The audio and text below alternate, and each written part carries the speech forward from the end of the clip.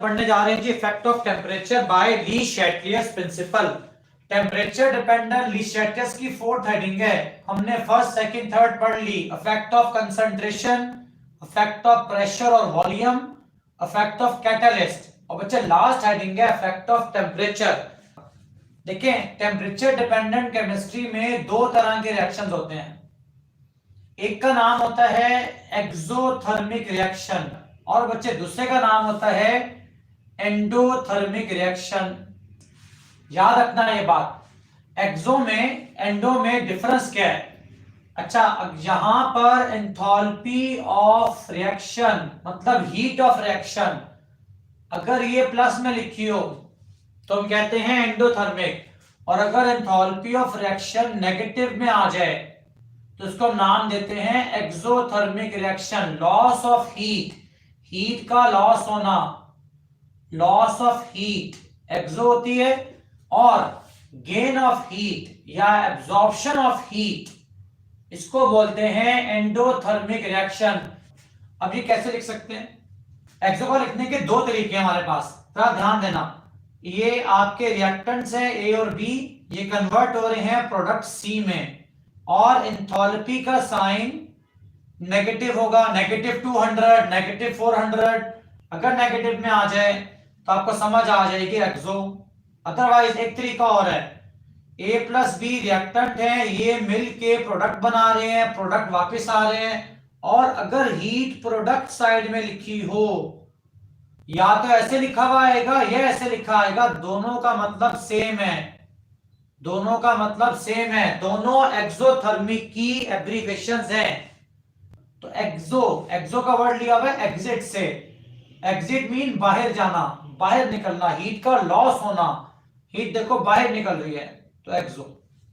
अगर heat reaction में absorb हो रही हो, for example A plus B reversible gives us C, इसको कॉपी करना आप लोग एज सच। एंथैल्पी का साइन प्लस लिखा हो, +50, +100, +200, +1000 प्लस में आ जाए तो एंडो, या कुछ ऐसा लिखा हो A plus B plus heat, reactants में हीट लिखी हो तो इसका मतलब होगा एंडोथर्मिक। एंडोथर्मिक लिखने के दो मेथड्स हैं, दोनों आपके सामने। आपने रिएक्शन स्टार्ट किया, रिएक्टेंट्स को ऐड किया, प्रोडक्ट बने, जो भी हुआ, अगर इसके वॉल्स का टेम्परेचर बढ़ जाए, वॉल्स हीट अप हो जाए, वॉल्स हीट हो जाए, तो हम कहते हैं एक्सो, एनर्जी सिस्टम से बाहर आ रही है तो ये एक्सोथर्मिक है, ये एक्सोथर्मिक है। अगर आपने रिएक्शन स्टार्ट किया और आपने फील किया वॉल्स कूल हो गई, इसका मतलब होगा ये एंडोथर्मिक है। अब यहां से आगे सुनना जी ध्यान से। अगर आपके जहन में इफेक्ट ऑफ कंसंट्रेशन है, कौन सा वाला जी? इफेक्ट ऑफ कंसंट्रेशन है, तो आपको आंसर आराम से मिल जाएगा। अगर आपके जहन में इफेक्ट ऑफ कंसंट्रेशन मौजूद है, हम 2 दिन से पढ़ रहे हैं क्या बच्चे?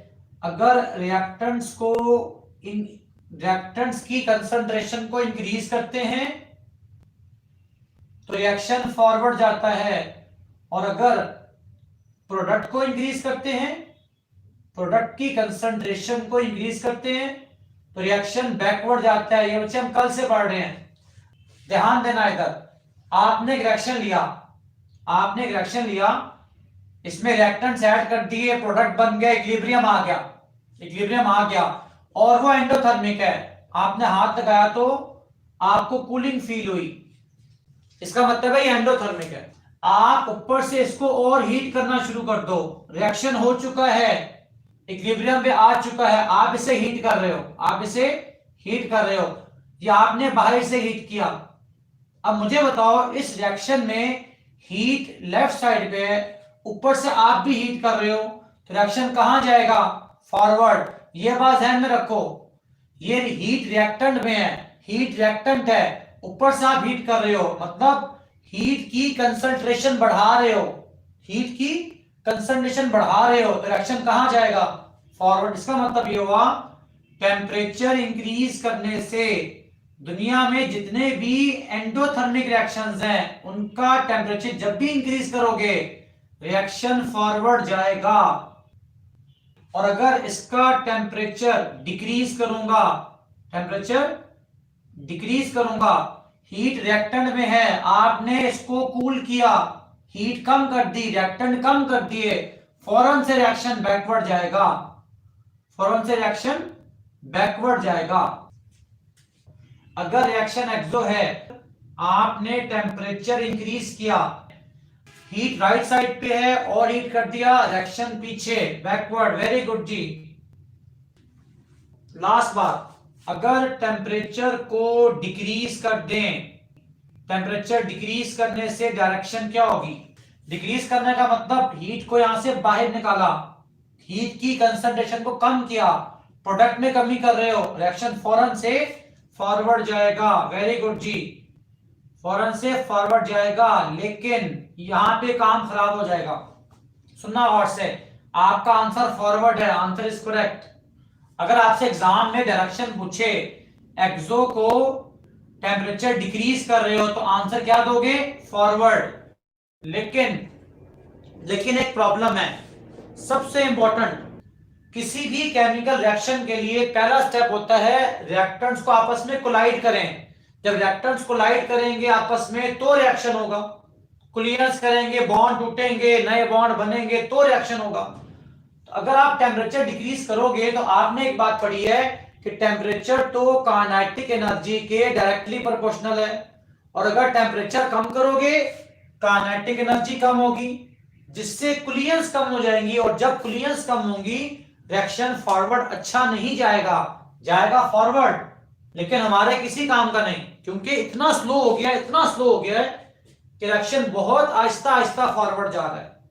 Reaction moves to forward direction, but अब एक प्रॉब्लम है, but rate of reaction, rate का मतलब होता है speed, rate of reaction decreases as kinetic energy decrease, so we need, हमें कुछ खास करना है, optimum temperature, we needs optimum temperature, आपको ऑप्टिमम टेम्परेचर मेंटेन करना होगा, मतलब बेस्ट टेम्परेचर कितना होगा?